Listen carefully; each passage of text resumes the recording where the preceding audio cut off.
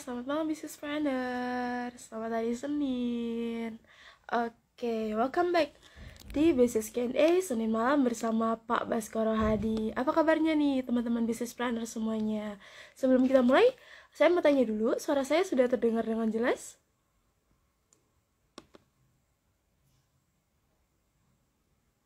Sudah terdengar dengan jelas belum nih suara saya? Atau masih putus-putus atau gimana nih suara saya?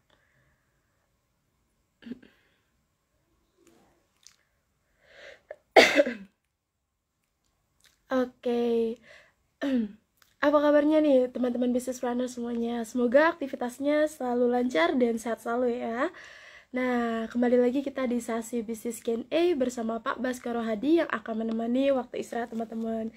Nah, bagi business planners yang sudah join, boleh langsung drop nama dan domisilinya di kolom komentar ya.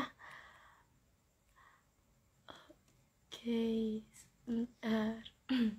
Oke, sebelum kita mulai, mungkin ada beberapa business planners yang belum kenal dengan bisnis.id. Kita kenalan dulu yuk. Nah, bisnis.id ini merupakan platform belajar bisnis dan interaksi langsung dari para expert di bidangnya. Teman-teman bisa belajar dengan mengikuti kelas-kelas berbayar kita di aplikasi atau website bisnis.id. Saat ini kita ada 12 kelas, yang mana cukup satu kali investasi dan materinya bisa diakses seumur hidup tanpa tambahan biaya lainnya. Nah, atau teman-teman juga bisa mengikuti kegiatan gratis kita atau free event session seperti kegiatan kita pada malam hari ini, yaitu Business Q&A atau mengikuti kegiatan Business Forum di setiap hari Sabtu. Nah, Sabtu tanggal 13 Agustus besok, Business Forum akan mengundang Pak Rex Marindo yang akan membahas product differentiation untuk bisnis food and beverage. Buat teman-teman yang bisnisnya berhubungan dengan bisnis food and beverage, mohon maaf, bisa belajar bareng Pak Rex Marindo di Business Forum besok. Nah, biar nggak ketinggalan dan tetap bisa daftar dan join, langsung aja daftar di link bio Instagram kami ya. Nah, buat business planners yang ingin meningkatkan value bisnisnya sampai 3 kali lipat, juga ingin para investor melirik bisnisnya nih, bisa banget mengikuti workshop Triple Value Your Business yang diajar langsung oleh Pak Budi. Nah, untuk pendaftaran dan info lebih lanjut bisa menghubungi Mbak Amelia Jiliansyah di Instagram @ameliajiliansyah. Dan gak ketinggalan, untuk business planners yang ingin membangun, menciptakan, dan membenahi fundamental bisnis, bisa juga mengikuti kegiatan workshop Smart Business Map Advance yang diajar juga oleh Pak Budi, yang akan diselenggarakan pada tanggal 5 sampai 6 September. Nah, untuk pendaftaran dan info lebih lanjutnya juga bisa menghubungi kami di link on bio ya. Oke. Nah, malam ini Business Q&A bersama Pak Bas, kita akan bahas tentang price setting. Price setting nih, teman-teman. Price setting sebaiknya kita mulai dari mana nih? Jadi, Pak Bas akan kupas tuntas malam ini tentang price setting.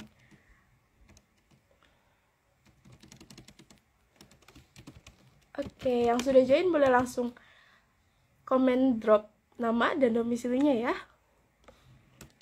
Kita tunggu Pak Bas untuk join. Yuk, sambil tunggu Pak Bas, kita absen dulu nih.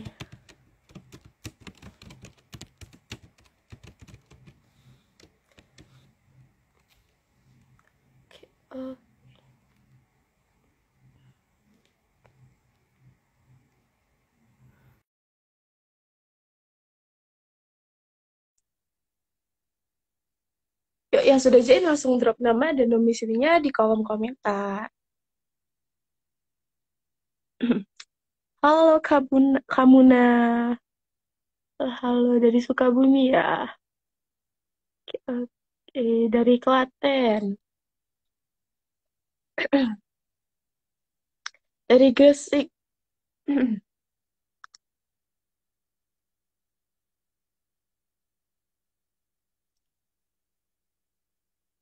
Yuk, yang lain boleh langsung drop nama dan domisilinya sambil menunggu Pak Bas untuk join. Ini. Oke, okay, yang sudah join langsung drop nama dan domisilinya di kolom komentar. Halo Kamuna. Halo dari Klaten. Dari Gresik. Yuk, yang lain boleh langsung drop nama dan domisilinya sambil menunggu Pak Bas untuk join nih.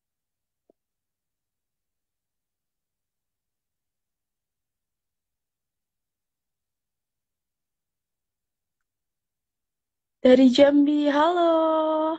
Dari Gunung Kidul nih. Gunung Kidulnya sebelah mana nih? Kebetulan saya juga orang Gunung Kidul nih. Yuk, yuk. Yang belum drop nama dan domisilinya boleh langsung drop nama dan domisilinya di kolom komentar ya. Ada dari Batam, dari Samarinda juga. Halo, halo.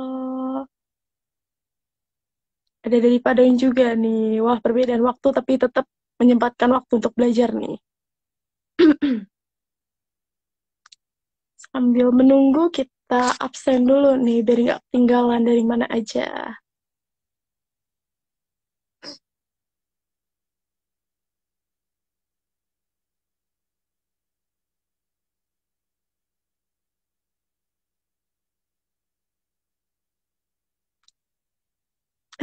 Saptosari.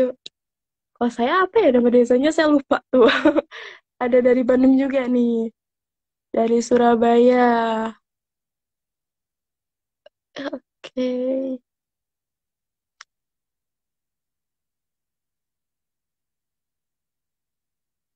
Ada dari Medan juga nih. Oke, Pak Bas sudah join. Mungkin boleh dikirimkan permintaan untuk bergabung, Pak, supaya bisa langsung mulai kita nih.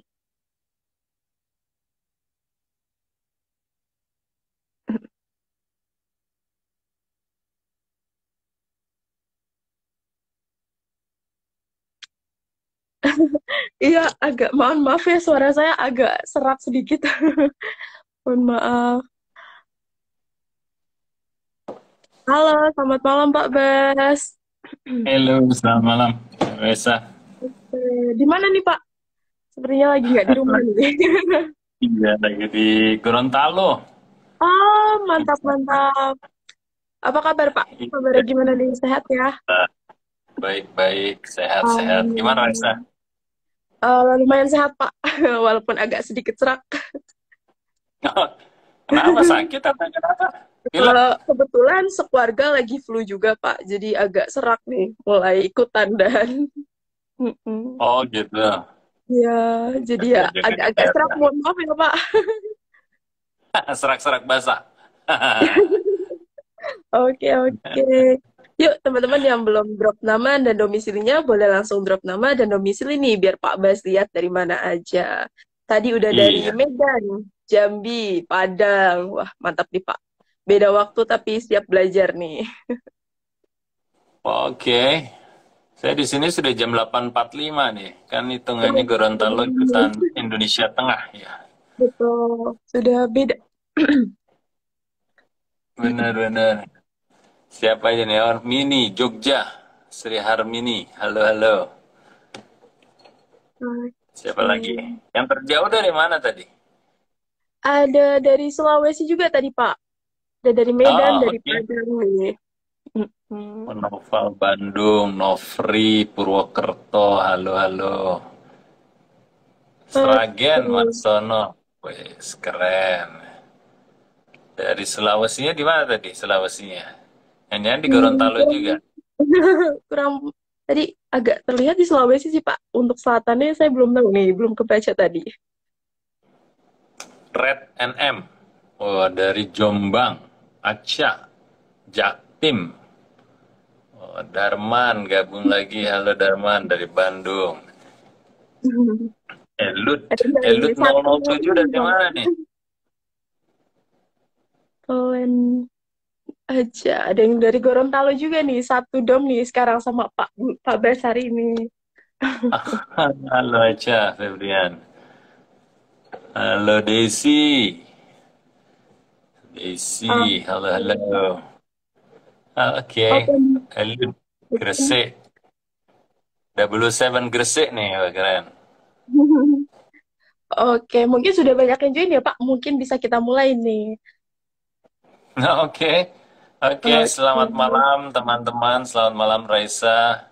Alhamdulillah ya, Oke. bersyukur kita malam ini masih bisa diberi kesempatan untuk bertemu. Senang sekali saya. Alhamdulillah. Halo Desi, halo halo. Oh, ada Elif Galang Synergy Design. Oh, Galang Green di Cikarang. Keren, keren. Oke.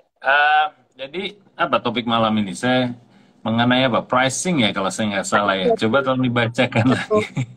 Oke, malam ini kita akan bahas topik nih terkait price setting. Sebaiknya mulai dari mana? Jadi teman-teman, bisnis planner semuanya bisa mulai menyiapkan pertanyaannya dari sekarang sambil mendengarkan topik pembuka dari Pak Bas terlebih dahulu. Yuk Pak, kita bahas tuntas nih Oke. tentang price setting nih Pak.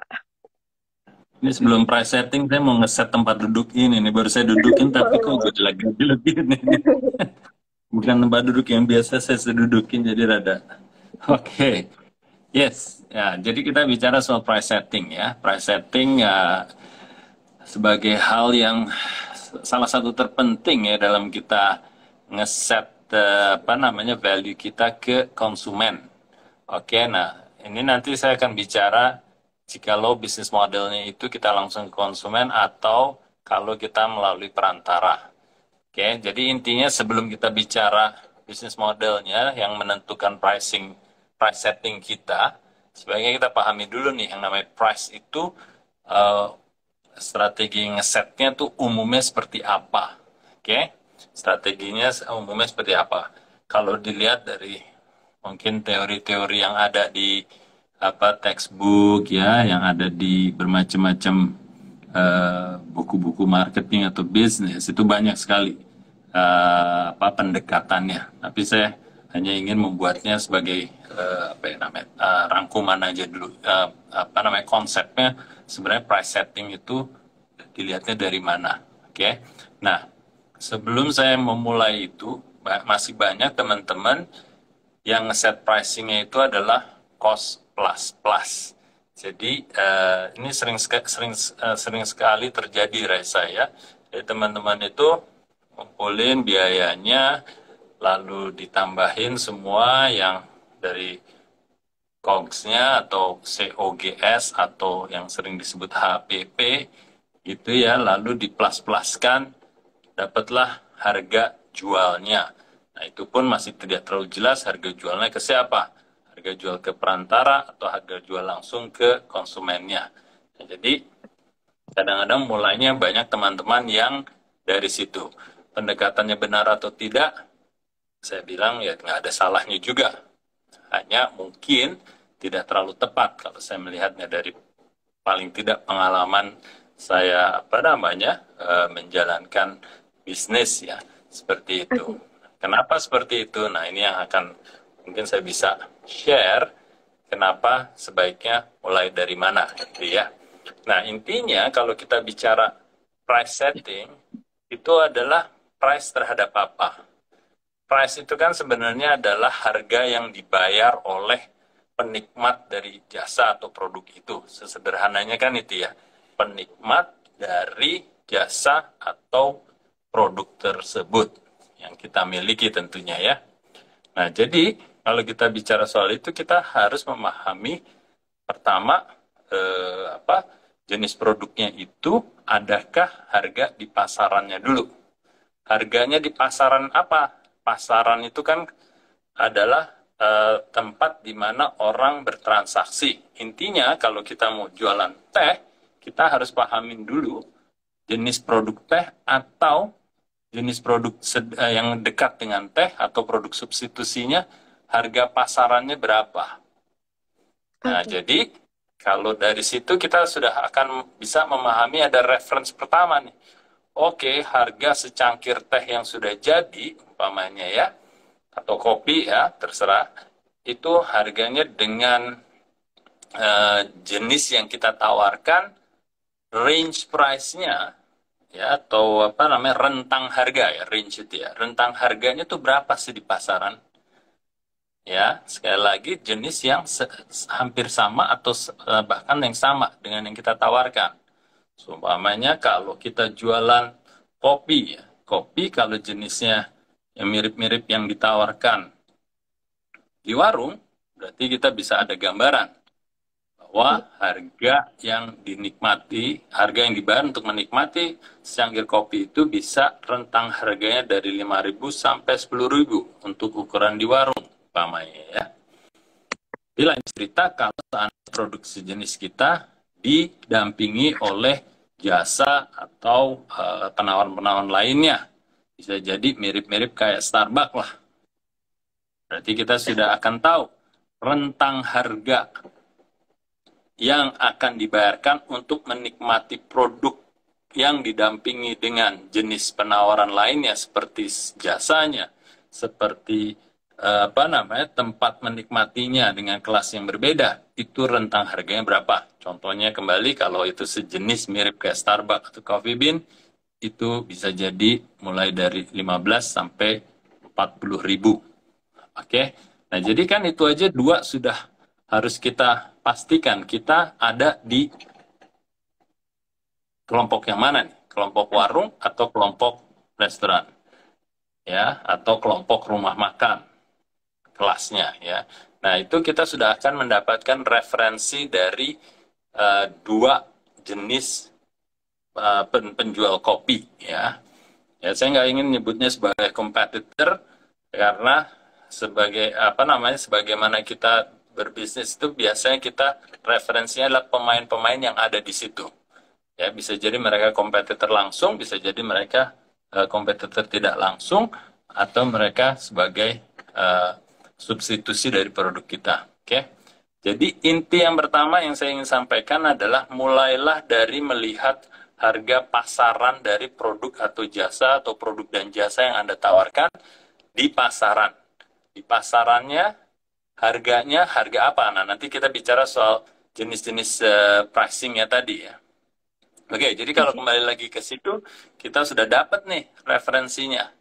Anggap aja kita mau jualannya di restoran ya, di sekelas mirip-mirip kayak Coffee Bean, atau Kopi Kenangan, atau Starbucks, umpamanya nih. Nah, di situ tentunya akan ada rentang harganya.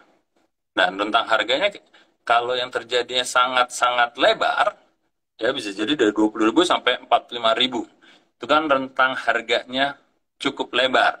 Pilihannya kepada kita adalah itu bisa disegmentasikan lagi.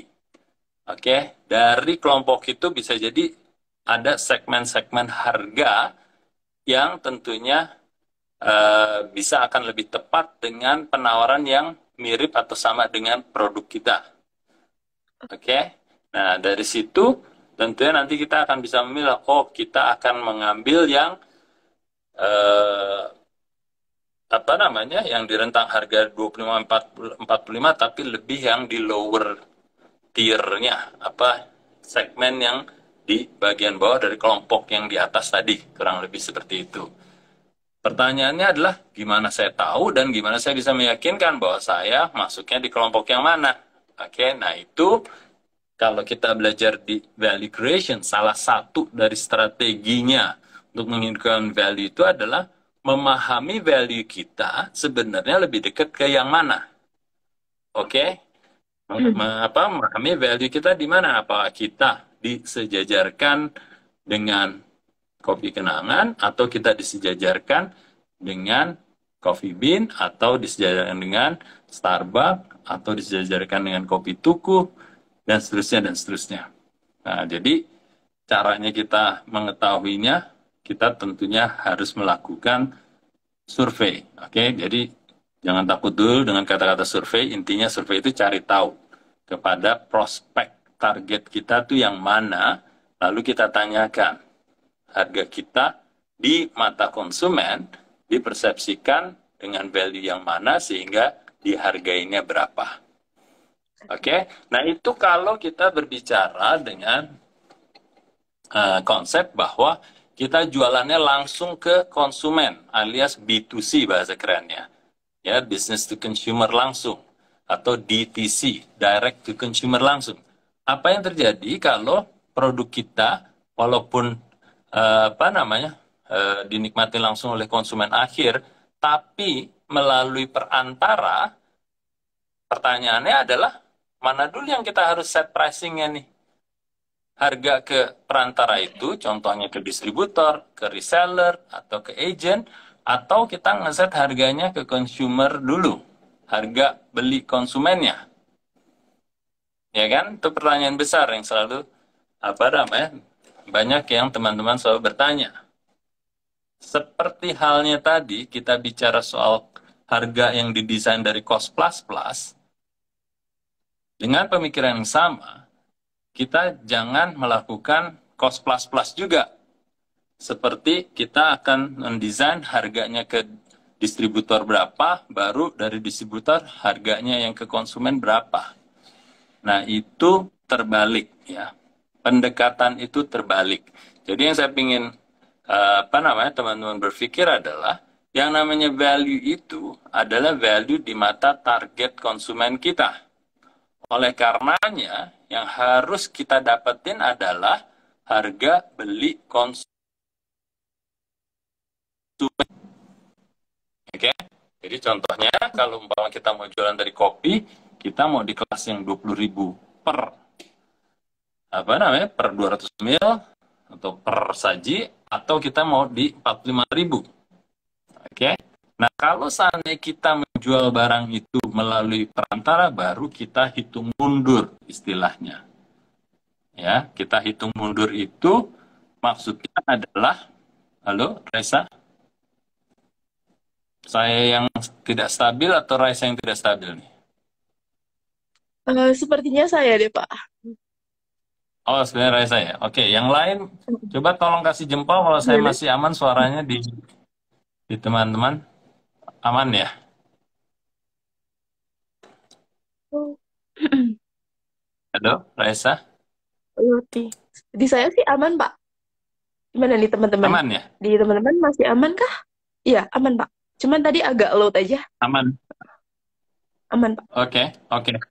Ya, jadi kalau kembali lagi tadi intinya adalah kalau kita mau mendesain pricing, kita harus pertama mengetahui value kita di mana dan value itu dihargai berapa.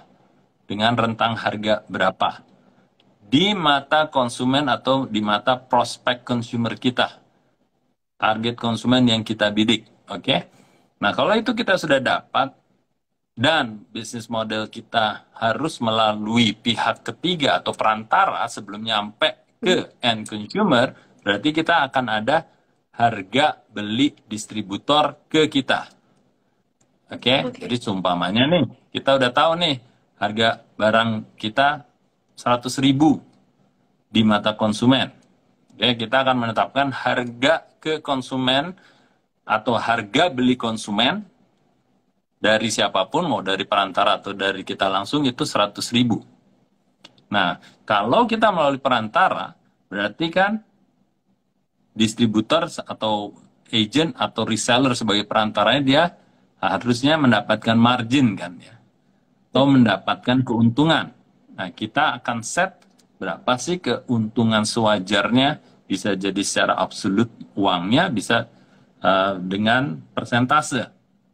Anggap saja kalau kita akan memberikan margin sebesar 5% atau 10% lah, biar gampangnya 10%.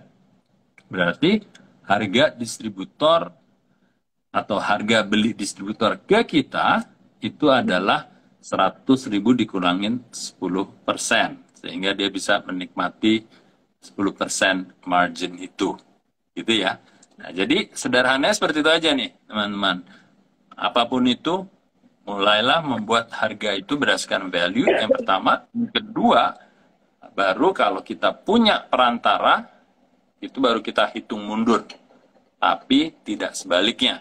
Karena kadang-kadang teman-teman juga masih banyak tuh, gue barangnya, gue jual dulu nih ke reseller. Apalagi di online, reseller harga.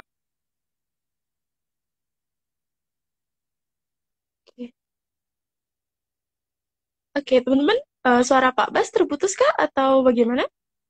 Boleh di komen ya. Kalau seperti itu, nanti jadi kayak cost plus plus lagi hitungannya. Jadi kita jualnya 100 ke reseller, reseller ngambil 20%, berarti dia akan menjualnya 120. Nah, kalau seandainya harga kita sebenarnya value-nya 100, tapi kita jual 120, apa yang terjadi? Barang kita tidak kompetitif atau dibilang mahal karena harga di atas value-nya.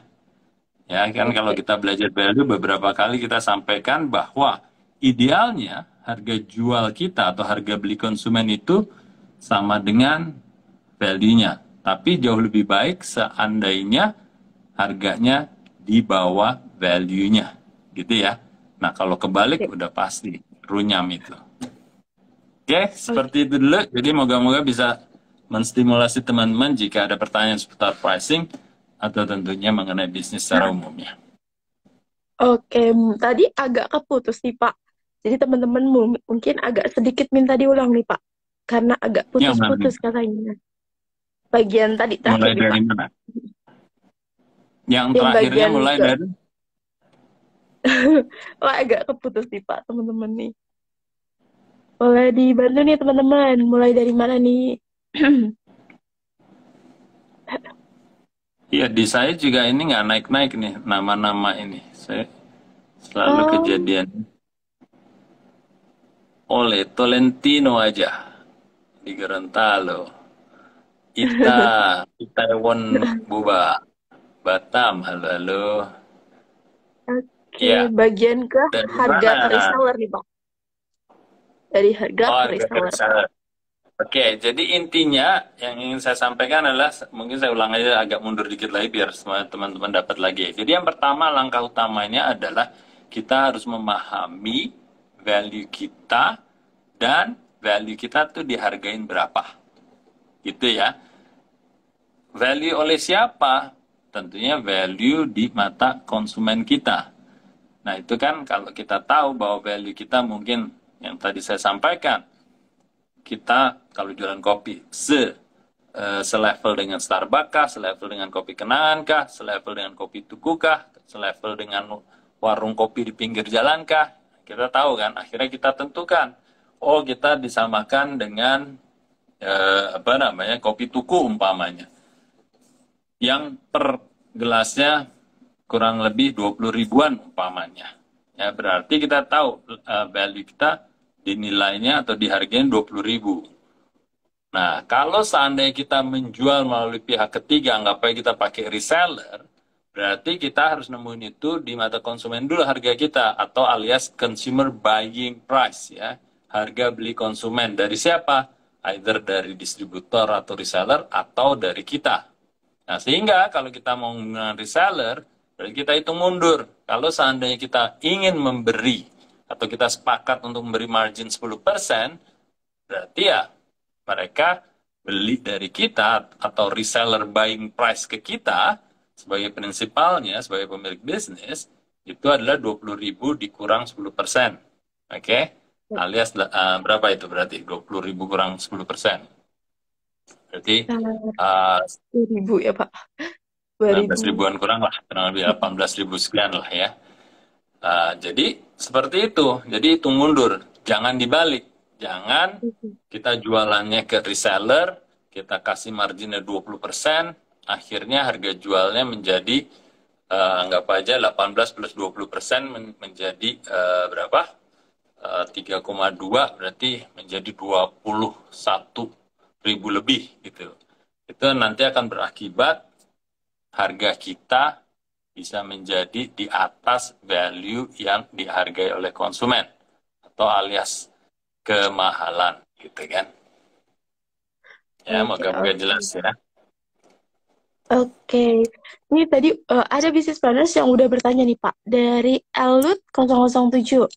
Pak Bas izin Ya, bertanya, kalau kita mau menciptakan value itu dari functional benefit atau ke emosi benefit?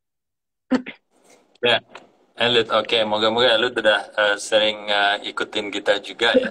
Jadi dalam value creation itu ada yang namanya penghidupan value itu. Jadi kalau value itu udah kita ciptakan, lalu kita akan tahu dalam price setting value kita dihargain berapa. Jadi ini di ranah value creation. Jadi kita harus tahu. Nah, kalau belajar value creation, itu nanti kita akan belajar bahwa value itu ada value ladderingnya, mulai dari fiturnya ke benefitnya, lalu motivasinya apa yang tertinggi. Nah, biasanya kalau itu udah kita dapat, value itu ada nilainya, istilahnya. Ya, kita bisa ada gambaran bahwa value kita tuh harga di pasarannya berapa gitu. Oke, baik. Semoga bisa Oke, membantu nih ya. Lut. Oke, lalu nih Pak, apakah ada strateginya nih Pak yang ampuh yang bisa digunakan nih untuk price setting nih Pak? Selain tadi Bapak udah menjelaskan nih ya strateginya, nah bagaimana nih Pak ampuhnya? Sorry ya, Reza, suaranya tadi putus-putus ya, apa di penerimaan saya ya? Oh, Maaf, maaf, coba saya strategi tanya gimana? teman-teman ya. Oke, teman-teman gimana suara saya aman atau ada di gangguan di Pak Bas ya? Sekarang suaranya sih oke, belakang. Oke, sudah oke ya Pak? Udah oke, coba diulang, boleh? Oke, apakah nih Pak ada strategi yang ampuh yang bisa digunakan untuk melakukan price setting ini? Oke, strategi price yang ampuh. Ya. Eh, oke, jadi kalau kita bicara soal price setting, memang apa namanya, kalau apa yang sudah saya sampaikan itu biasanya apa yang dilakukan oleh kebanyakan perusahaan. Oke, jadi sederhana sebenarnya langkahnya ya. Kita memahami, kecuali kalau kita apa namanya, produk atau apa ya namanya, atau jasa yang baru, benar-benar baru, belum ada kesepadanannya ataupun kesamaannya. Nah, itu kita harus benar-benar lebih kerja keras lagi untuk Oke. memastikan value kita tuh di mana, karena referensi di pasar belum ada. Tapi kan kebanyakan teman-teman dan kebanyakan korporasi besar selalu bisa menyandingkan produknya itu dengan paling tidak yang mirip atau yang kalaupun belum ada yang mirip-mirip, kategori tetangganya. Ya, apa sih kategori tetangganya itu ya? Kategori yang sejenis yang bisa menjadi substitusinya. Ya, jadi akan selalu kita bisa cari rentang harga itu berdasarkan value itu dengan apa yang ada di pasaran sekarang ini. Apa namanya, keseringan sih banyak referensinya. Nah, jadi dengan cara seperti itu kita akan bisa dapetin rentang harganya. Nah, strategi pricingnya itu kembali ke kita. Ya, seberapa besar kita ingin mendapatkan konsumen eh, menghargai produk kita itu value added-nya itu seberapa rentang jauhnya. Contoh, umpamanya kita value kita dihargain 100, ya. Kan pertanyaan apa namanya? Sebaiknya kan price kita ada di bawahnya kan ya. Nah, sekarang kita tinggal seberapa rendah kita ingin ngeset pricing kita. Strategi yang terbaik selalu adalah price itu di bawah value. Oke. Serendah-rendahnya, tapi jangan terlalu rendah juga. Ya, kenapa serendah-rendahnya? Supaya konsumen bisa menikmatin value-nya ini, value added-nya. Kalau value-nya Oke. 100 dijual 100, itu ideal. Value-nya 100 dijual 90, udah lumayan, dianggap murah. Dijual 80, lebih bagus lagi. 70 seharusnya lebih bagus lagi. Tapi segala sesuatu yang berlebihan pun juga nggak bagus. Contohnya, value-nya 100 dijualnya cuma 10. Nah, itu mulai akan apa namanya, mengundang pertanyaan oleh konsumen. Loh, ini kok cuma 10, jangan-jangan gitu kan. Ya, jadi strategi yang paling ampuh itu adalah ngeset pricing serendah-rendahnya di bawah value. Tapi juga kita harus tahu di bawahnya itu sebatas apa serendah-rendahnya. Karena biasanya di pasar itu hampir semua kategori akan tersegmen antara kelas premium, kelas menengah, dan kelas bawah atau kelas ekonomi kalau bahasa umum. Karena kalau kelas bawah kayaknya merendahkan sekali kan ya. Nah, tapi Oke. selalu akan segitu. Nah, giliran kita sudah ada di value kita umpamanya di medium kelas, kita nggak bisa terlalu rendah sehingga mentok ke yang bawahnya nih. Oke. Karena kalau nggak, kita bisa dipersepsikan salah-salah produk kita value-nya, oh ternyata kita tuh di kelas ekonomis gitu. Jadi orang mulai mempertanyakan. Oke, Oke, seperti mungkin itu. ada real case nih Pak. Mungkin Ya, adakah real case-nya nih Pak yang bisa dicontoh sama teman-teman nih? Real case-nya seperti boleh, boleh. apa dari resettingnya? Jadi kalau seumpama ya kayak di minuman, bukan minuman lah, susu bayi lah, anggap aja. Ya, susu bayi itu eh, waktu paling tidak waktu saya menghandle waktu di Wired ya di S26 itu pasar susu itu tersegmentasi hanya tiga. Segmentasinya adalah kalau di pasar premium itu yang paling tinggi ya. Terus ada pasar yang menengah, yang apa namanya regular namanya. Terus yang di bawah kelas ekonomi atau mainstream lah istilahnya. Nah ini sudah ada nih harga-harga pasarannya ya. Kalau yang premium umpama 125.000 per 400 gram kaleng, umpama ini kita pakai referensi 400 gram kaleng ya, ini susu bubuk bayi ya. Terus ada yang menengah 100.000. Terus ada yang ekonomis itu harganya 75.000 ya. Nah, ini sebenarnya kan value-value-nya kan udah terdefinisi ya di pasaran. Oh, yang premium tuh 125. Kalau yang regular 100.000, kalau yang di bawahnya lagi yang ekonomis 75. Nah, kalau kita bermainnya di regular, kita bisa turun serendah mungkin tapi seharusnya tidak sampai mentok di 75.000.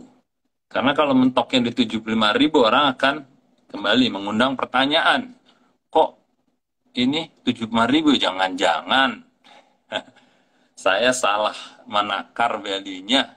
Jangan-jangan dia sebenarnya produk kelas ekonomi gitu lah atau kelas massal ya atau mainstream seperti itu. Jadi kalau kita value-nya di 100.000, kita bisa menurunkan di 90, 80 mungkin ya, tapi jangan sampai sama dengan yang di bawahnya. Karena itu akan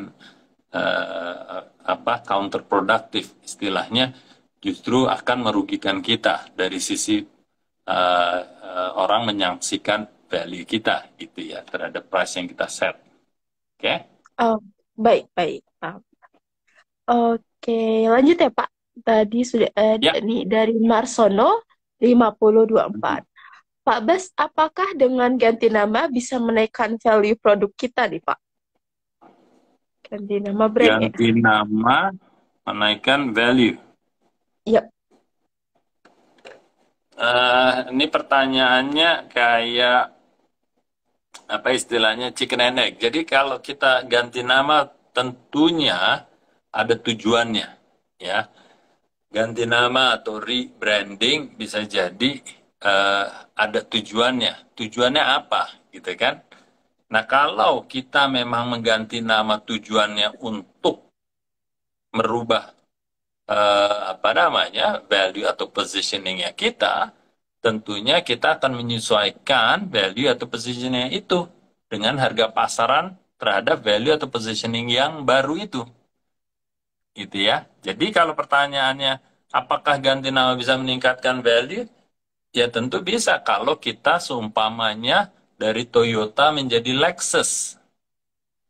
Ya, Toyota itu harganya mungkin harga pasaran utamanya ratanya 500 juta, tapi kalau giliran Toyota ingin masuk ke pasar premium dengan rebranding, dia akan rebrand ke Lexus. Karena dengan Toyota dia tidak bisa menjual dengan harga 1 miliar umpamanya. Sehingga dia harus mengganti brandnya. Oke, namanya Lexus. Tapi sebaliknya juga bisa terjadi. Kalau saya nggak mau jualan yang harganya 100 juta, bisa jadi saya harus menempuh rebrandingnya ini. Oke, walaupun kadang-kadang tidak perlu totally rebranding, tapi bisa sub-brand, ya bisa brand extension, yaitu nanti kalau belajar ilmu branding ya, itu bisa terjadi. Ya, jadi ganti nama impact terhadap value, justru kebalikannya. Apakah ganti nama itu tujuannya value-nya yang kemana gitu ya.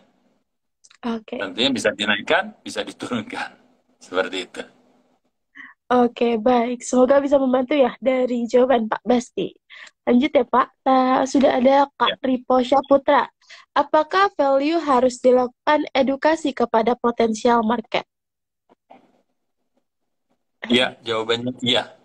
Jadi kalau kita apa namanya menciptakan value itu tentunya terhadap target market kita, dan setelah kita ciptakan harus kita hidupkan. Menghidupkannya itu ya kata lainnya adalah mengedukasi market gitu kan, siapa kita dan value kita dudukannya di mana supaya mereka menghargai sesuai dengan tarif yang dihargai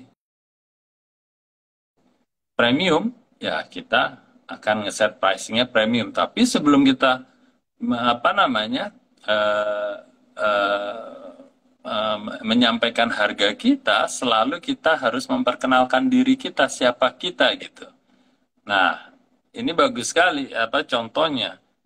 Banyak kan kebalikannya. Jadi saya ngeset harga sedemikian rupa, saya berharap orang tahu value saya. Nah, itu kan salah ya. Itu kan salah. Karena kalau kita tidak memperkenalkan value kita, orang jadi tidak tahu harga diri kita tuh seberapa gitu loh. Nah, itu yang selalu salah satu pesan kunci yang selalu saya sampaikan ke teman-teman, bahwa kita bicara value dulu, kita bicara positioningnya dulu, alias kita memperkenalkan siapa kita dulu, baru kalau mereka udah dapet, pasti mereka akan tahu, oh harga dirinya segini nih, berarti kalau gua apa namanya harus membayar sekian, cocok lah, gitu ya. Oke. Dibanding kebalikannya, mengharapkan saya ngeset harga murah sehingga orang tahu bahwa wah saya murah gitu kan. Itu approach yang saya pikir tidak terlalu tepat. Oke, baik. Semoga bisa membantu nih jawaban dari Pak Bas. Ya, Oke, selanjutnya nih Pak, dari Nyonya MG_cake and cookies. Bagaimana menentukan price produk baru yang kualitas menengah tetapi kemasan masih sangat sederhana nih Pak? price produk baru. Yap. Padahal kemasannya masih sederhana. Oke. Iya. Ya jadi gini ya. Nah ini yang unik juga nih Raisa nih, sama siapa tadi, cookies ya. Iya, cake and cookies dari Nyonya MG nih. M Nyonya gini, NG cake and cookies. underscore. Jadi gini, sesuatu yang sederhana belum tentu murah, gitu ya. Oke, Karena gini, sesuatu yang kuno juga belum tentu murah dibanding yang modern. betul. Nah, ini yang perlu teman-teman perhatikan ya, yang lain juga, bahwa kalau kita ingin mengedepankan sesuatu, bisa jadi apa yang kita kedepankan, mau itu sederhana, mau itu modern, kita harus pahamin apakah itu menjadi salah satu apa ya namanya buying factorsnya buat mereka. Kalau kita konsep produknya adalah kesederhanaan dan itu sangat diminati oleh target kita, gitu kan? Oleh target kita, bisa jadi tuh harganya sama dengan barang yang relatif lebih modern terhadap targetnya, gitu. Jadi kalau saya kebayang kalau mungkin di dunia cookies, kalau saya beli umpamanya kue-kue yang tradisional, bukan berarti kue tradisional akan harusnya nilainya lebih rendah dari kue-kue yang modern.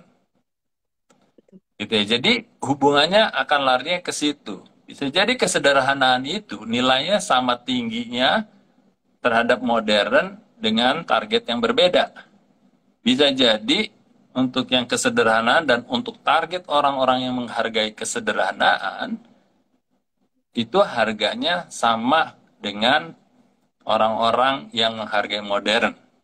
Kasarnya mungkin donat harganya 1.000, tapi kue pukis harganya juga 1.000. Tapi terhadap target yang berbeda, gitu kan. Yang salah adalah kita ngeset sesuatu bukan terhadap target market kita, gitu. Ya, jadi Oke. bagaimana caranya kita ngeset produk baru ya kita harus pahamin dulu. Ya, jadi ini kembali lagi ke ranah di mana kita harus tahu nilai kita harus tahu value kita. Aspek-aspek apa saja yang menjadi pembeda untuk target kita. Aspek-aspek apa saja yang dihargai oleh target kita.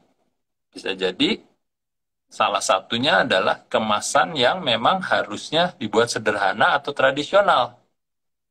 Ya, kita jualan kue pukis umpamanya, tapi kemasannya seakan-akan kita jualan apa namanya kue modern ya, dan Mm. ya apa namanya kayak Black Forest umpamanya.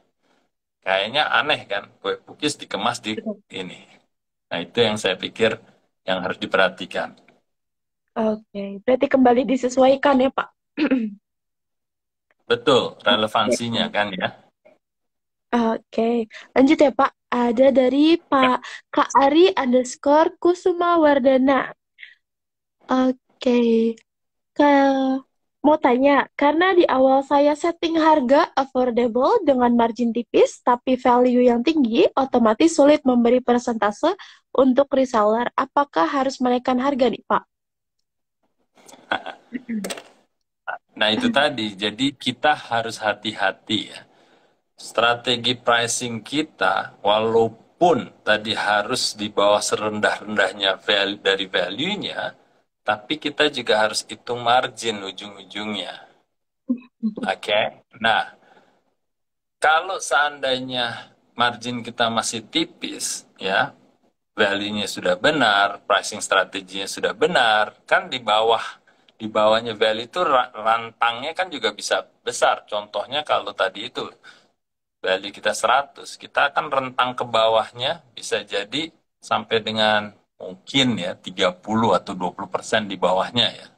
Sehingga orang benar-benar bisa melihat bahwa ini value for money, gitu kan ya. Seanggap aja harganya 100, tapi kita punya kesempatan untuk menurunkan sampai 80. Biasanya apa yang Hmm. saya sering lakukan adalah kalau kita ngelihat margin kita tidak sehat alias tipis, ya bisa jadi ya pilihan kita jangan 80 ngesetnya. Ngesetnya 85 atau 90 selama itu masih di bawah value kita. Kalau masih kepepet juga, ya udah kita set maksimum harganya 100. Nah, harapannya adalah tentunya margin itu kan fungsinya untuk supaya profitability kita sehat ya. Profitability kita sehat supaya apa? Supaya kita bisa terus berinovasi, supaya kita bisa apa namanya cukup membiayai kepada reseller, memberi margin yang sehat juga kepada reseller kita, seperti itu. Ya, jadi jangan menaikkan harga sampai harga itu menjadi tidak kompetitif atau bahkan dianggap mahal. Karena itu awal dari segala kesuksesan kita adalah pricingnya harus tepat. Pricing strategi kita harus bagus. Gitu ya. Nah, jadi biasanya kalau produk baru, utamanya belum ada persaingan, kita masih dimungkinkan untuk ngeset harga sefleksibel mungkin karena kita pemain sendiri. Tapi jikalah itu sudah banyak pemainnya atau alias sering disebut red ocean itu kan maksudnya bukan dari jumlah banyak orang ya, tapi dari tingkat profitability produk itu. Ya, kalau bahasa definisi red ocean kan seperti itu ya. Jikalau sudah banyak pemain dengan tingkat profitability-nya semakin tipis, itu akan mengakibatkan kita agak susah untuk nge-set pricing. Oleh karenanya kalau produk kita sebagai pemimpin pasar, kita yang sering berinovasi, biasanya kita bisa nge-set value-nya setinggi-tingginya dan juga nge-set pricing-nya se-fleksibel-fleksibel mungkin ya. Nah, kalau di sini tadi anjuran saya kembali ke Kak Ari Kusumawardana ini adalah jangan rubah consumer buying price-nya dulu. Tapi usahakan price setting-nya tidak setebal yang itu, mungkin tipis saja, tapi tidak terlalu tipis sehingga tidak bisa bayar reseller. Kalau itu masih mentok juga, cari cara berinovasi untuk supaya cost-nya menurun atau diturunkan cost-nya. Ya, karena strategi terakhir untuk menaikkan harga itu bagi saya itu akan menjadi apa namanya mengarahkan kita menjadi kurang kompetitif. Oke, di banyak perusahaan yang saya sering lewatin, istilahnya saya pernah bekerja, itu selalu kita manage our cost ya, mengelola costing kita sehingga margin kita masih tetap sehat gitu ya. Jadi tantangannya di situ nih, Kak Ari Kusumawardana. Oke, baik. Semoga bisa membantu nih ya jawaban Pak Bas. Ya. Oke, next. Ada dari Kak Darwin. Abu Bakar, bagaimana menetapkan harga jual tanpa merasa bersalah terhadap konsumen? Adakah norma-norma yang bisa dijadikan patokan nih, Pak? Ngeset harga jual tanpa bersalah nih. Iya. Oke, saya nggak terlalu paham kenapa kita harus merasa bersalah gitu ya. Gini, jadi prinsipnya kalau kita berbisnis ya, paling tidak mungkin ini prinsip berbisnis juga ya. Saya paham lah ada yang berpendapat bahwa kita kalau berjualan jangan ngambil untung kebanyakan gitu ya, dan lain sebagainya. Kalau saya lihat sih lebih ke arah gini, apa namanya, usahakan dapat profit itu yang sehat ya. Profit itu yang sehat apa? Profit yang sehat itu adalah cukup untuk, seperti tadi saya sudah singgung, untuk kita bisa terus berinovasi. Kalau kita perusahaan besar yang mengandalkan research and development, pastikan apa namanya, profit itu bisa membiayai research and development. Oke. Pastikan profit itu bisa tadi membayar apa namanya, semua cost-cost yang kita miliki. Pastikan apa namanya kita bisa melakukan promosi yang kuat gitu, karena kalau kita nggak berpromosi, nggak banyak orang mengenal, ujung-ujungnya kita nggak banyak laku jualannya gitu kan, akhirnya profit kita juga tidak menjadi sehat ya. Jadi kalau saya prinsipnya adalah pastikan kita dapat profit untuk membiayai itu semua, sehingga kita bisnisnya tetap sehat gitu ya. Karena kalau kita melihat dari kacamata kita berbisnis dan memberi kebermanfaatan buat karyawan kita, itu juga sama pentingnya dengan memberi kebermanfaatnya kepada konsumen gitu ya. Tidak ada, kalau saya pikir tidak ada apa ya namanya, gunanya kalau kita marginnya setipis-tipisnya, akhirnya tempat kerja kita, karyawan kita juga apa namanya, tidak puas gitu ya dengan gajinya dan lain sebagainya. Terus kita tidak bisa berinovasi, kita nggak bisa melakukan survei.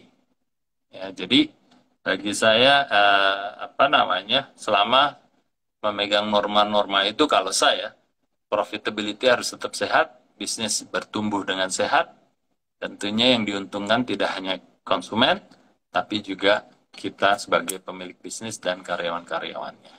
Gitu. Oke, baik. Semoga bisa membantu nih jawaban dari Pak Bas. Oke, tadi ada dari Kak Elif Galang, Sinergi Desain nih Pak. Jika harga offline, Elif Galang, Sinergi Desain. Oke. Jika harga offline dengan harga online berbeda, efeknya seperti apa? Oke, harga offline dan online berbeda, efeknya seperti apa? Ya, berpengaruh terhadap tren atau seperti apa nih Pak? Ya, jadi kita gini, apa namanya, intinya kita harus punya price list-nya jelas dulu.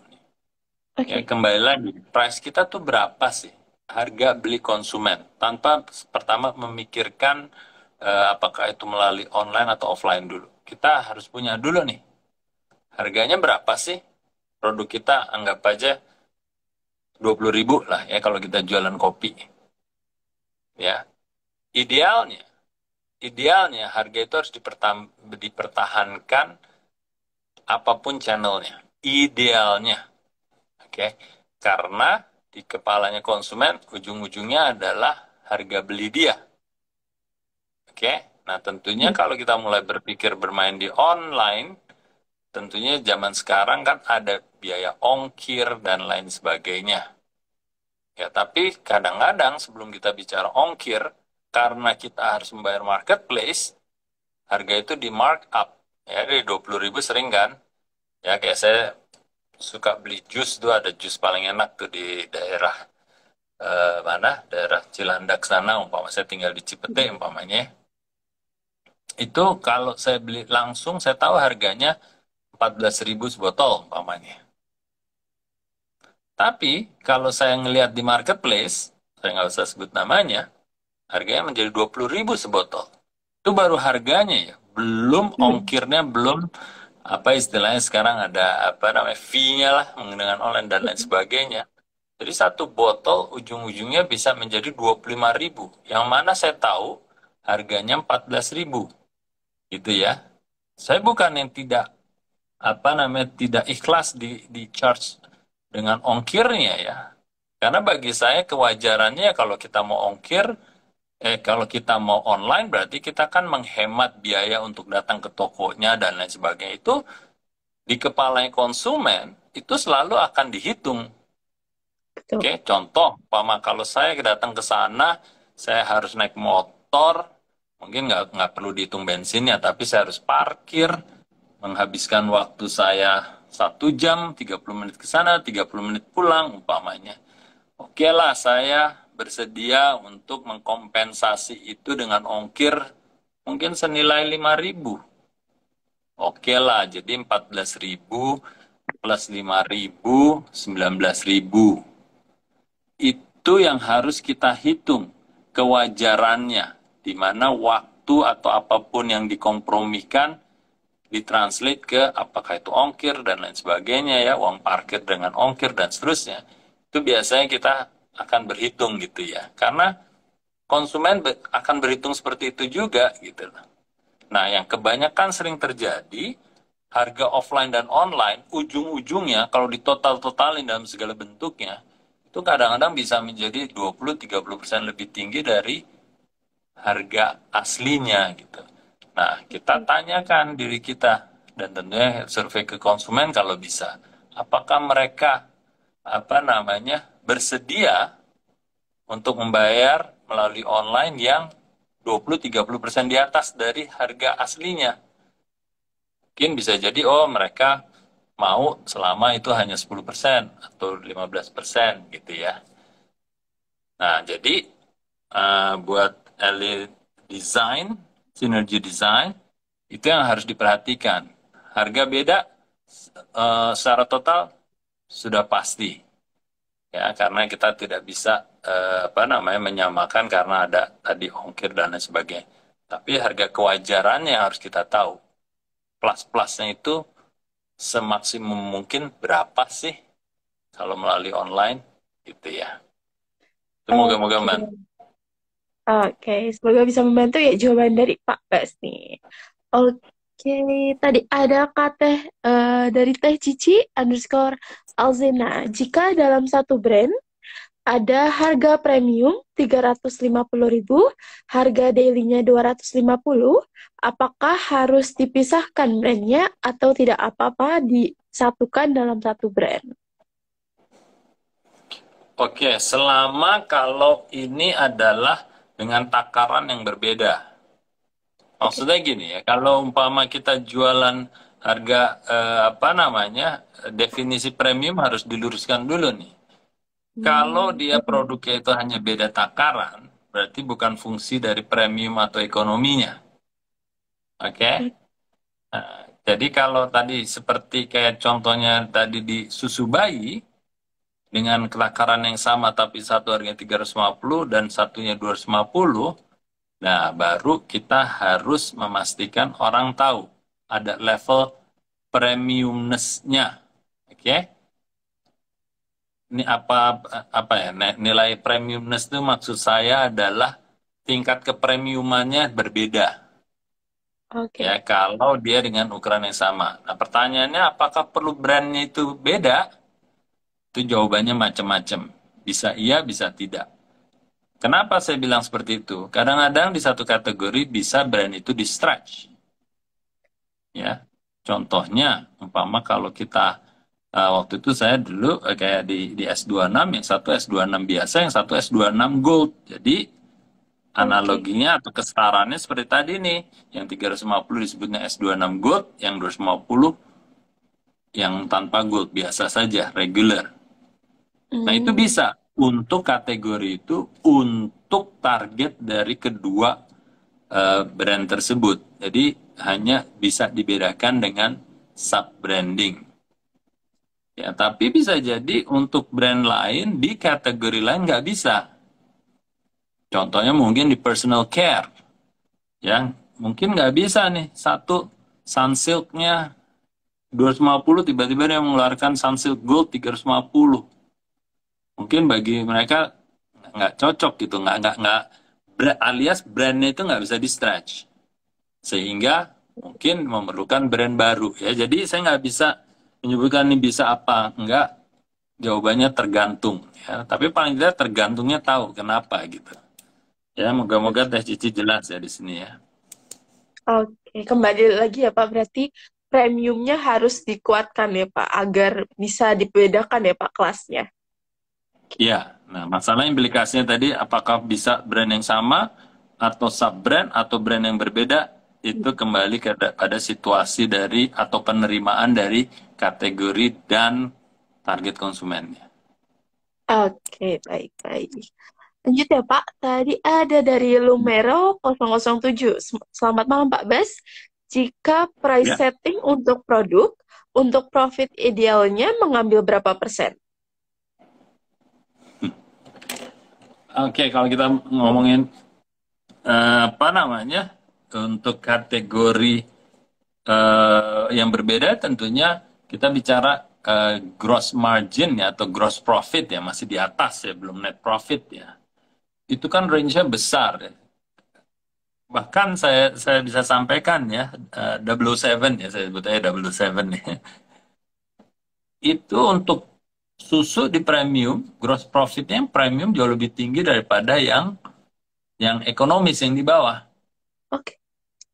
Contohnya bisa jadi ya range-nya tuh kalau yang premium bisa 50-60% umpamanya. Gross profit ya di atas ya. Moga-moga ini jelas ya. Maksudnya gross profit itu yang di atas belum dipotong OPEX ya. Jadi istilahnya gross profit itu adalah net sales revenue atau omset bersih dikurangin HPP atau dikurangin COGS, cost of goods sold ya. Nah, itu bisa range-nya berbeda-beda. Jadi biasanya kalau premium gross profit-nya akan lebih tinggi atau gross margin-nya akan lebih tinggi daripada produk yang untuk ekonomis. Selalu hukum alamnya kurang lebih seperti itu. Kenapa seperti itu? Karena kalau premium, dia mengandalkan value ketimbang volume. Alias, dia jualannya secara unit lebih sedikit daripada produk yang ekonomis atau produk massal. Jadi sederhana matematisnya adalah untungnya kecil tapi jualannya banyak, atau untungnya besar jualannya tidak sebanyak yang untungnya kecil, kurang lebih gitu. Alias kalau saya punya profitnya 100, saya jualannya 1000, tapi kalau yang profitnya 50, dia tahu dia bisa jualannya 2000. Ujung-ujungnya kurang lebih sama-sama juga gross profitnya kan ya. Gross marginnya beda, hampir setengahnya, tapi pengalinya bisa 2 kali lipat secara unit jualannya. Jadi ujung-ujungnya gross profitnya, uangnya kalau diperkalikan itu bisa mirip gitu ya. Oke, baik. Semoga bisa membantu nih ya jawaban dari Pak Bas. Hmm. Terakhir dari Kak Rizky Indri AB. Indriap ya. Pak Bas, jika produk kita sudah diterima pasar, namun kami mau menaikkan kualitas produk, otomatis akan menambah kos produksi. Apakah itu perlu dan bisa berpengaruh pada value atau produk? Ya, jadi Rizky Indria AB. Jadi kalau saya pikir yang terpenting adalah kita dari waktu ke waktu harus memahami kebutuhan dari konsumen itu. Nah, jikalau ada permintaan atau kebutuhan yang berkembang, oke, kebutuhan yang berkembang itu apa? Itu kita harus pahamin. Sebisa mungkin kebutuhan itu tidak menaikkan cost, atau alias kalau bisa kita berinovasi dengan memberikan atau menjawab kebutuhannya mereka yang berkembang atau yang baru, bisa jadi justru cost-nya menurun. Ya, contoh seumpamanya kita nggak usah ngomongin produknya lah, umpamanya, tapi kita mikir kemasannya. Ya, jadi kita ternyata tahu bahwa oh setelah pandemi apa namanya mereka ingin produk yang apa namanya kemasannya lebih bersih, lebih apa namanya lebih aman gitu ya. Nah, setelah kita cari tahu, ternyata merubah kemasan yang lebih bersih dan lebih aman, cost-nya bisa jadi lebih rendah karena menggunakan bahan yang lebih murah umpamanya. Nah, kalau di situ kan kita apa namanya menjawab kebutuhan yang apa namanya yang bertambah, tapi bukan berarti kita harus menaikkan harga gitu kan. Saya tahu pemikirannya Rizky mungkin oke, kalau kita ada permintaan baru, terus kita harus melakukan sesuatu yang otomatis harganya naik, yang otomatis nanti cost-nya naik maksud saya, yang otomatis nanti kita harus naikin harga untuk mempertahankan profit level yang sama gitu ya. Tapi jangan salah, di kebanyakan perusahaan justru inovasi dalam menjawab kebutuhannya konsumen bisa jadi inovasi itu costless, sehingga yang di manage itu adalah cost semakin rendah tapi harga jualnya sama, profit kita menjadi lebih besar gitu ya. Jadi nggak otomatis yang namanya pemenuhan kebutuhan itu sama dengan kenaikan cost, sama dengan kenaikan harga. Tidak selamanya seperti itu. Oke, baik. Semoga bisa membantu nih jawaban dari Pak Bas. Oke, kita sudah menjawab banyak pertanyaan nih Pak dari Business Planners. Kita sudah sampai di ujung sesi Business Q&A malam ini. Terima kasih banyak Pak Bas atas insight yang diberikan, terutama untuk pembelajaran price setting ya. Oke. Iya, terima kasih Raisa, Agak terima kasih terputus ya luar biasa teman-teman. nih pertanyaannya tadi. Ada berapa nih Mantap. saya? Kalau saya catat ada tuh 2, 3, 4, ada hampir 10 pertanyaan hanya dalam kurun waktu mungkin 40 menit ya. Jadi terima kasih teman-teman antusiasmenya ya. Jadi belajarlah terus ya. Apa namanya? Ikutin terus bisnis.id karena kami akan terus berusaha untuk membantu teman-teman jikalau ada pertanyaan seputar bisnis. Sampai ketemu insya Allah Oke, minggu depan. baik. Terima kasih Raisa. Amin. Oke, agak terputus sih. Oke, agak keputus tadi, Pak. Oke, Oke. oke, sorry. Jadi intinya seperti itu. Terima kasih Raisa. Saya tadi terkesima aja. Pertanyaan banyak sekali dalam kurun waktu 45 menit. Jadi saya senang melihat semangat teman-teman dan terus saja ngikutin kita ya. Kita akan terus berusaha untuk menjawab pertanyaan-pertanyaan teman-teman seputar bisnis. Sampai ketemu minggu Oke. depan. Assalamualaikum warahmatullahi wabarakatuh. Terima kasih Raisa. Waalaikumsalam warahmatullahi wabarakatuh. Terima kasih banyak, Pak Bas. Terima kasih sudah Thank you, meluangkan thank waktunya. you. Oke. Terima kasih juga Business Planners yang sudah join di Business Q&A hari ini bersama Pak Bas. Kita ketemu lagi di Business Q&A bersama Pak Budi di hari Rabu. Dan gak ketinggalan, ada Business Forum juga di hari Sabtu, tanggal 13 Agustus bersama Pak Rex Marindo yang akan membahas topik seputar product differentiation untuk bisnis food and beverage. Jadi jangan sampai ketinggalan. Bagi teman-teman yang mau daftar untuk Business Forum, bisa untuk klik link di bio kami ya. Oke, sampai jumpa di next Business Q&A. Selamat malam semuanya. Terima kasih banyak sudah menonton dan join di Business Q&A. Terima kasih Pak Bas. Selamat malam. Selamat beristirahat. Terima kasih Raisa. Sama-sama. Oke. Oke, terima kasih Business Planner semuanya. Terima kasih sudah join dan terima kasih sudah meluangkan waktunya nih untuk belajar di Business Q&A hari ini. Sampai jumpa di next Business Q&A bersama Pak Budi di hari Rabu ya.